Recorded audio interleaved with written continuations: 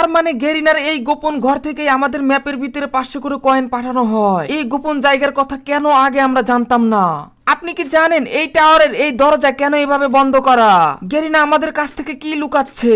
আমরা যখন এই দরজাটির কাছে আসি তারপরে দেখি এই দরজাটি এইভাবে লক করা এবং একেবারেই সিল করা, আর এখানে আজ পর্যন্ত কেউ ঢুকতে পারেনি। তবে কেন গেরিনা আমাদের কাছ থেকে এটা বন্ধ করে রাখলো? কেন আমাদের ঢুকতে দেবে না? এর পিছনে মূলত কি রহস্য রয়েছে সেটা আজকে আমরা জানবো। আমরা এই দরজার সাথে একটা সিল দেখতে পেয়েছি, ওখানে একটা ক্লু দেওয়া আছে যে এটা পোর্টালের মাধ্যমেই এর ভিতরে ঢোকা যাবে, আর সেই পোর্টালটি রয়েছে এই পাহাড়ের নিচে। তবে আমাদের ধারণা ঠিক নাকি এটা আমাদের যাচাই করার জন্য আমরা কিন্তু এখানে অনুসন্ধান চালাচ্ছি। তবে শেষ পর্যন্ত আমরা এখানে খুঁজে খুঁজে দেখবো যে আসলে পোর্টালটি কোথায় গেরিনা লুকিয়ে রেখেছে, যেখানে আমরা আসলে খুঁজে পাবো এবং সেই বদ্ধ ঘরে যেতে পারবো। আমি এই পাহাড়টির নিচে, পানিতে, উপরে সব জায়গায় খোঁজাখুঁজি করতেছি, কিন্তু আশেপাশে তেমন কিছুই পাচ্ছি না। তোমরা জানো ইতিপূর্বে এখানে আমরা অনেক কিছুই দেখেছি, আবার অনেকবারও এসেছি, কিন্তু এখন পর্যন্ত এখানে কোনো কিছুই খুঁজে পাওয়া যায়নি। তবে আজকে আমি একেবারে ভালোভাবে খোঁজাখুঁজি করতেছি, একেবারে এগুলো সুড়ঙ্গ যত যা আছে সবকিছু। আমি নদীর দিকে কিছুক্ষণ নীরব হয়ে তাকিয়ে থাকলাম, হঠাৎ করে পিছনে তাকিয়ে দেখি আরে ভাই এটা কি? এখানে একটা কি যেন ঝিলমিল করতেছে। আমি তাড়াতাড়ি করে এখানে দাঁড়িয়ে পড়ি এবং তাড়াতাড়ি করে এখান থেকে জাম্প করে এটার ভিতরে যাই।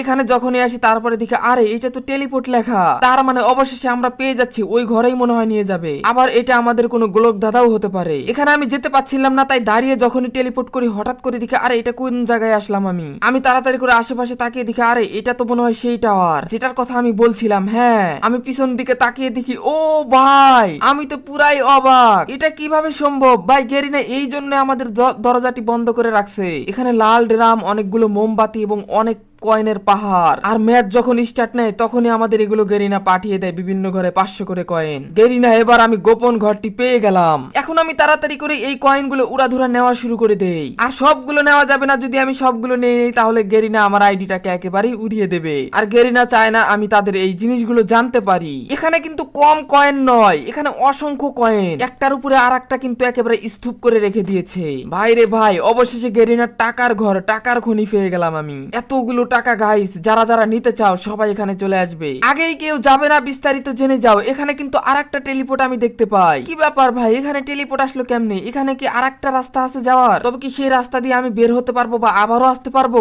একটা ঘরে কত রাস্তা।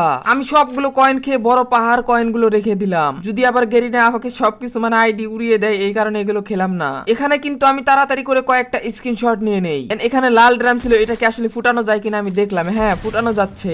এরপরে আমি এখান থেকে বাইরে যাওয়ার জন্য তাড়াতাড়ি করে পোর্টালটা ধরি। আমি যখনই পোর্টালটা ধরি সাথে সাথে দেখি আমাকে পিকে নিয়ে এসেছে এবং পিকের ঘরে, কিন্তু ওই জায়গা দিয়ে আসলে ওখানে যাওয়া সম্ভব না, কারণ এটা পিকের